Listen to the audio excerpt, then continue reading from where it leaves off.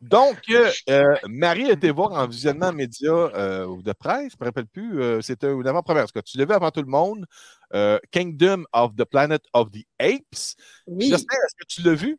Ben oui, je l'ai vu. OK. Ben, il ne l'a pas vu, mais c'est un fan. Il m'a montré sa collection toute disjonctée, là, DVD, Oui, j'ai vu ça. Blu-ray, Blu-ray. Je viendrais fou, man! Puis moi, je m'étais procuré. J'ai pas fait exprès pantoute. En 4K, tu sais, Gaben, c'est tout propre. C'est tout assez pareil. C'est tout propre. Ouais, mais c'est pas les vieux, ça. Non. Non, c'est la dernière trilogie. C'est la dernière saga. C'est ça, Ouais. faut t'écouter. Oh! J'ai tout vu. J'ai vu la série télé, j'ai vu les dessins animés. Aussi de Noël à l'envers. Ben oui, c'est ça, c'est vrai qu'il fait exprès. Là, j'aurais espéré que Stéphane embarque. Stéphane Colbert, il me semble, a le coffret Blu-ray de collection. C'est comme une grosse boîte, mais il est sur le party. Il m'a dit carrément qu'il était sur le party. Fait que je vais laisser. Écoute, Marie, ose-nous parce que t'appartient. Oui, c'est ça. Oui. Entame ça, on va embarquer là-dessus la conversation. Là. Ben écoute, je suis allée voir justement The Kingdom of the Planet of the Apes. C'est un titre qui est un peu long, mais qui est tout à fait justifié et justifiable pour le film que je suis allée voir, qui quand même, j'ai trouvé que c'était vraiment spectaculaire. Yeah. Dans son état visuel, autant que pour le scénario, parce que c'est quand même pas facile de faire un scénario sur... bon, là, ça, c'est un synopsis, donc je spoil personne, là, mais c'est quand même pas facile d'arriver et de faire une sequel avec le fait que le héros n'est plus là. Donc, il faut reprendre la main parce que, bon, effectivement, les chimpanzés ont une durée de vie assez limitée. Puis, le fait que le virus le fait que le virus existe dans leur univers, ça ne change rien à ça. Puis, écoute, je trouve que c'est assez... c'est bien parce qu'au moins, dans cet opus, on explique un peu plus que le virus n'a pas juste fait tuer le monde. Sur la planète. Il les a rendus stupides et l'être humain a régressé mentalement jusqu'à ses plus primals instincts. Là. Il explique bien ça dans War for the Planet of the Apes, le troisième. Là. Oui, la War, mais enfin, dans celui-là, on voit vraiment qu'est-ce qui se passe réellement. Quoi. C'est quelques générations plus tard, qu'est-ce que ça fait. Pourquoi que les humains ont perdu la guerre, dans le fond. Exact. C'est ça. Parce que ils sont devenus bêtes. Et bon, de toute façon, on est déjà bien engagé au niveau de l'humanité sur le niveau de la bêtise, mais en effet, dans ce registre. On en reste trop fait. Mais donc, on est justement en train de suivre Noah, qui fait partie d'une tribu qui élève des aigles. Donc, on trouve certains... Moi, j'ai trouvé que c'était... qu'il y avait quelques similitudes au niveau, je dirais, pas scénaristique, oui, mais plutôt au niveau photographique avec Avatar 2. Oui. D'une certaine façon. Mais très, je veux dire, c'est pour ceux qui ont vu les deux films, enfin, qui ont vu l'Avatar 2 et puis celui-ci, vous allez voir de quoi je parle. Mais c'est quand même assez léger, c'est pas du copier-coller du tout, là. J'ai trouvé qu'au niveau technique et des effets spéciaux, on était sur de l'ultra-réalisme. Donc, j'ai malheureusement pas pu t'envoyer, je me tape sur les doigts. J'ai pas pu t'envoyer la vidéo, t'aurais pu la passer. J'ai eu la chance d'aller voir des chimpanzés à Kigoma, en Tanzanie, sur l'île de Jane Goodall, il y a de ça quelques années. Et j'ai été à moins d'1 mètre de réels chimpanzés qui vivent réellement dans leur habitat naturel, qui ne sont pas du tout en captivité, etc. Et j'ai eu l'impression d'être exactement au même endroit il y a de ça quelques années. Au niveau de la texture de la peau, de la texture du poil, puis bien évidemment, je mets un très très gros thumbs up parce que bien évidemment, non, c'est tout fait à l'ordinateur, sauf que les acteurs qui reproduisent les mouvements des chimpanzés, là, c'est un travail titanesque. C'est pas facile de se mettre dans la peau de l'animal, de marcher comme lui, de se mettre sur les deux pattes. Et puis aussi, il y a aussi le fait que parfois, mais j'ai retrouvé vraiment de A à Z toutes les mimiques que les chimpanzés font en milieu naturel. Puis j'ai été vraiment épatée. Ça dure 2h30, on les voit pas passer du tout. J'étais avec une amie qui, elle, c'est pas tellement son genre de film, puis elle a regardé l'heure, puis elle a fait « Ah, c'est tout? Moi, je croyais qu'on allait sortir de là à 11h, puis que ça allait durer mais j'ai l'impression que j'en reprendrai encore. » Elle voulait se rasseoir, puis on repart à la cassette. Donc, franchement, je dirais qu'au niveau du scénario, on reste quand même dans du assez facile à comprendre. Là, c'est pas un casse-tête genre Oppenheimer ou The Island, ou Shutter Island, ou je sais pas quoi. Mais on est quand même sur une belle histoire. Une belle histoire sur la famille, la loyauté, l'amitié. La religion. Comment qu'on apprête la religion? Oui. Comment est-ce que la religion... parce qu'effectivement, on voit dans le film, puis au travers de la saga, parce que moi, j'ai pour l'instant re-regardé le premier, puis justement, tu sais, ceux qui se proclament les acolytes ou les verments admirateurs de César, ils ont le symbole. Comment aussi les paroles qui ont été léguées par César? Comment un des paroles. C'est un message un peu par rapport aux religions. Là. Mais en même temps, on voit que le message a été très, très, très lourdement détourné. Exact. Même que ceux qui prêchent, entre guillemets, la parole de César sans même l'avoir connu, ne comprennent pas eux-mêmes ce que... Parce que, par exemple, quand je parle du symbole, vous savez, le carré dans le cercle. Oui, la maison. Le carré dans le cercle, c'est la maison dans laquelle il a grandi, c'est la lucarne du grenier dans laquelle il voulait juste retourner. Et ça, c'est vraiment c'est ça son témoignage d'amour envers la race humaine. Et là, on est sur un prophète qui est un peu, c'est fuck les humains. C'est vraiment, puis qui les traite comme des êtres inférieurs. Il y a un dicton qui dit où il y a de l'homme, il y a de l'hommerie. Fait qu'où il y a des singes, il y a de la singerie. Voilà, et puis donc on est vraiment sur ce registre-là de quelqu'un qui prêche, qui dit prêcher la parole de César, mais qui utilise un symbole qu'il ne comprend même pas, en fait. Ouais. Et c'est assez, je dirais, c'est bien dosé parce qu'on n'est pas non plus... je dis, ça aurait peut-être duré 30 minutes de plus, ça aurait été lourd. Puis finalement... Puis on se rend compte que, bien évidemment, comme la plupart des prophètes, des gourous, on va dire ça comme ça aussi, que la motivation, c'est pas forcément le bien commun, mais plutôt le bien propre donc, et personnel. Puis on voit justement Noah qui doit aller secourir sa famille, libérer son peuple des griffes de cette espèce de tyran qui s'est proclamé roi et en même temps prophète de la parole de César, enfin. Donc, on est quand même sur... Et puis, franchement, j'ai quand même beaucoup apprécié les petites touches du fait que, justement, il y a quand même un petit témoignage d'amour envers l'ingénierie qu'on fait. Dire faire des avions, voilà, les humains, ils pouvaient voler, ils pouvaient communiquer depuis des endroits à distance tellement éloignés, etc. Puis, bon, je dis pas que c'est parce que c'est je me surprends d'avoir un téléphone dans ma main, mais effectivement, c'est quand même, quand on se pose et qu'on y réfléchit 2 minutes, on vient de passer au travers d'une pandémie mondiale et de ça, on comprend que tout n'est pas acquis. Donc, effectivement, c'était beau, c'était très poétique. Puis, j'ai hâte au prochain parce que, enfin, comment ça finit, c'est sûr qu'il y en aura un autre. Il y a une twist! Il y a une twist à la fin! Il y a une petite, un genre de... Une révélation à la fin, là. Faut pas dire une révélation. Une révélation, c'est ça. Qui est caché de tout le monde, là. Puis, je trouve que c'est... je trouve que c'est un film qui a été bien ficelé. Donc, moi, je lui donnerais quand même un 7,5 sur 10. Okay. C'est un film qui est extrêmement divertissant. C'est un film qui vaut la peine d'être vu au grand écran. Puis, c'est un film qui vaut la peine de voir n'importe quand, hein, que ce soit un vendredi, un samedi, un dimanche, un mardi.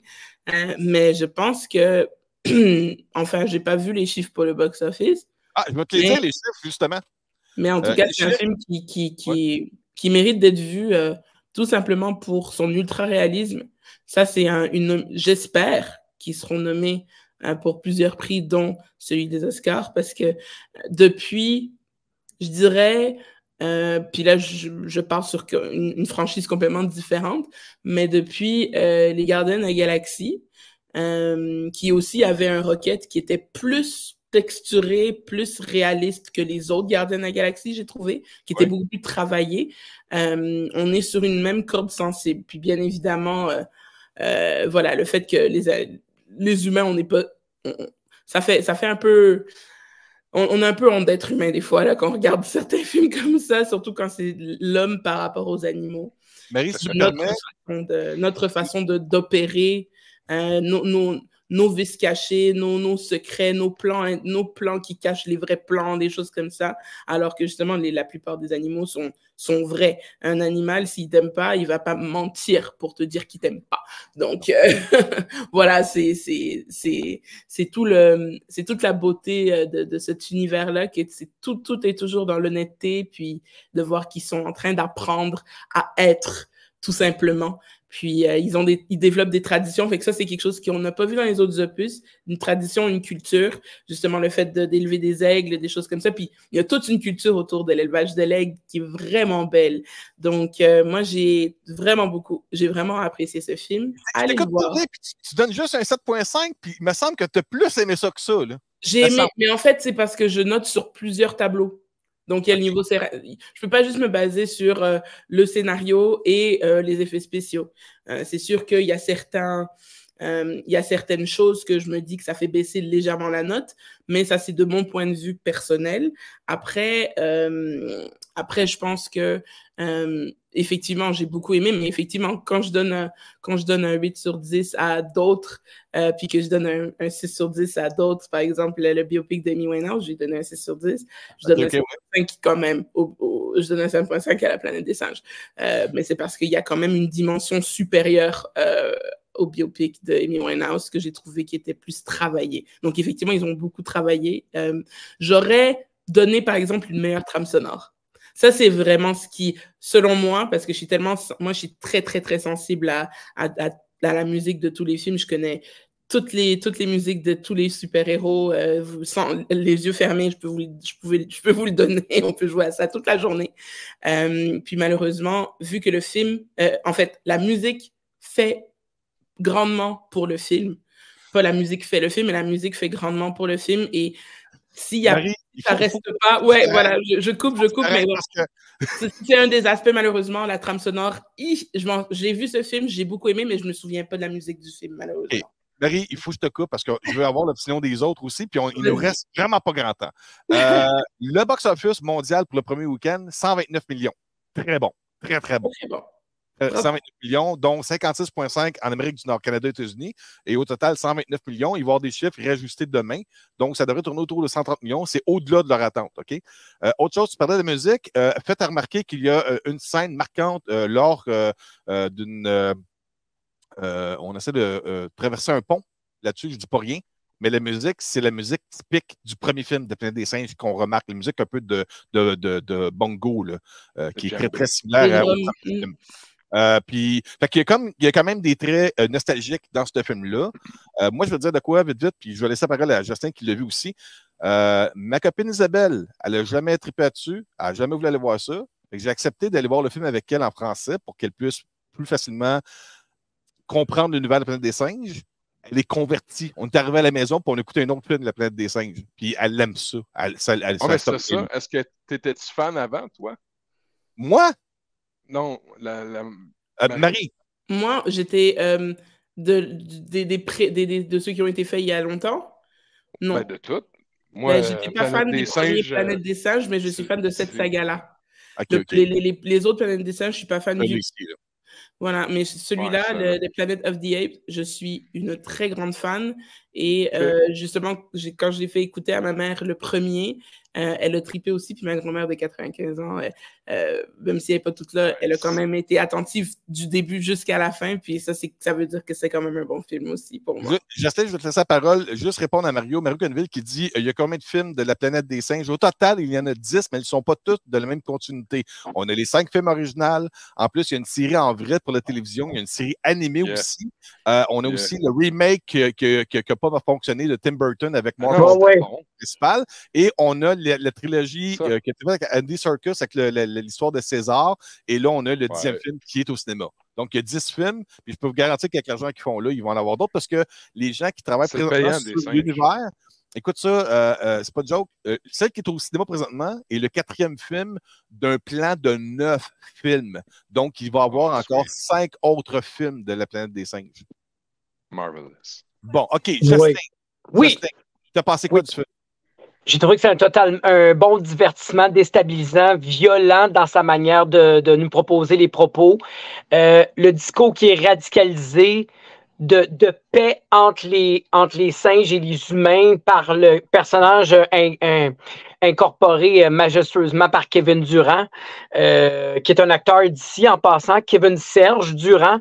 Il est hallucinant. Bonjour. Comment et ça voilà. va aujourd'hui? Je suis en train fait que c'est ça. Fait que c'est un super bon film. OK, parle. Bon, et voilà. Mais là, il est hallucinant, pour vrai. Il est charismatique. Ceci étant dit, des fois, on a l'impression qu'il est une pâle copie du méchant dans les autres trilogies. Tu sais, des fois, je me rappelle plus de son nom, là, il m'échappe, mais des fois, on a l'impression que c'est comme... Oui, c'est ça, exactement. Des fois, il y a la même haine. Il y a la même haine que ce personnage-là, mais là, on a plus calqué vers quelque chose de militaire un peu au niveau du... Copa, c'est pas la même histoire. Copa, c'est un singe qui a été maltraité dans les laboratoires. C'est ça, voilà. Et lorsqu'il a l'intelligence, il veut se revenger. Lui, il a une haine envers les humains. Oui, tandis que l'autre veut éradiquer. C'est ça. Il veut éradiquer. Il veut littéralement éradiquer. L'autre chose que j'aimerais soulever, c'est la job incommensurable et incroyable du chorégraphe Alain Gauthier du Cirque du Soleil, qui a fait une job de fou avec les comédiens. C'est hallucinant. Les acteurs. Je ne sais pas si Marie va être d'accord avec moi, mais moi, ce qui m'a impressionné aussi, c'est l'humanité dans le regard des personnages. Ben, alors, sur ce point-là, tu sais que c'est avec les yeux, justement, le blanc des yeux. Puis moi, je peux vous dire tout de suite, les chimpanzés n'ont pas de blanc d'yeux. Donc, ils l'ont humanisé à la base. Mais justement, l'antagoniste, lui, il a les vrais yeux de chimpanzé, c'est-à-dire le noir dans les yeux. Là où ils ont du blanc, ils ont du noir. Donc, et c'est ça qui le rend encore plus primal d'une certaine façon, plus animal. Et justement, le fait qu'il ait les yeux de César, en fait, qu'il ait les yeux de la mère de César, Beauregard. Exact, c'est vrai. Ça le rend beaucoup plus aimable, beaucoup plus sensible. Oui. Mais Stéphane, tu avais un coffret. Il me semble que tu avais un coffret. Non, c'est pas toi qui l'as? Non, c'est ça. Si tu regardais dans tes commentaires Non, c'est correct. C'est Martin qui a le coffret, c'est pas moi. La seule affaire que j'ai eue, c'était un Blu-ray du vieux film, un des vieux films des années 60, c'est tout. Parce que le coffret était vraiment beau. J'aurais aimé le présenter aux gens, là, mais il doit y avoir des images sur le web. C'est un coffret où est-ce qu'il y a comme une palette qui lève. C'est le vaisseau du personnage de Charlton Heston. Il est écrasé dans l'eau. Qui, lorsque tu le lèves, tu as tes disques. C'est comme un gros livre avec les Blu-ray dedans.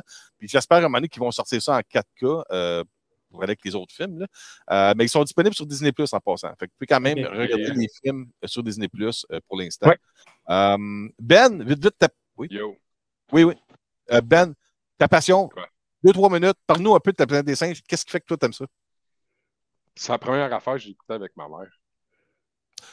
Tu sais, de science-fiction, là, je me souviens, j'avais 5-6 ans, là, maison à Richelieu, là, puis les dimanches, ça jouait genre comme à Radio-Canada ou je sais pas trop, puis c'était a thing, là, il passe. Puis quand il commençait à jouer les films de Planète des singes, tu savais que tu n'avais pour 5-6 semaines parce que là, il passait aussi les émissions. Puis tout.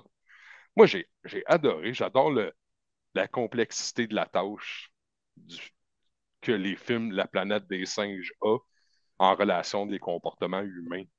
Ouais. C'est. Comment faut qu'on vous le dise, c'est d'arrêter de pas mettre vos flashers puis de act like dicks. Fais attention au prochain. C'est ça l'histoire du film des singes. C'est arrêter d'être self-centered puis prends soin de ton prochain. Pas compliqué. Oui, c'est vrai. Ben, c'est vrai. Lorsque tu prends le temps de faire des documentaires des animaux, oui, il y a une nature sauvage, mais il y a un naturel qui nous rend un peu crétins, les humains. Quand tu compares avec les animaux, tu te rends compte qu'on n'est pas scientifique. Plus que le cul, il baisse, là. Ouais, c'est ça. OK, on a pas des singes en masse. J'aime ça, les singes. Je trouve que c'est une maudite belle affaire. C'est une belle franchise. J'essaie, tu veux compléter de quoi, vite? Vite, sur Planète des singes ou whatever, là? Non. Après ça, je vais te donner 2-3 minutes pour parler de... OK, parfait. Ben, moi, j'ai trouvé que c'est un très bon film. Je trouve que cette trilogie est particulièrement bien écrite, bien finement pensée. Je pense même comparativement à celle de Tim Burton, qui était tordue, mais très bien respectée de l'univers de Pierre Boulet. C'était intéressant, mais là, on va encore plus loin. Puis j'ai hâte de voir que Wes Ball va nous proposer dans les prochains univers. OK. Jocelyn, on va arrêter par le Planète des singes. Je te laisse 4 minutes. Après ça, on fait le tirage pour... Est-ce que quelqu'un va appeler? On va prendre les appels. Je vais mettre le numéro de téléphone, mais appelez pas tout de suite. Là.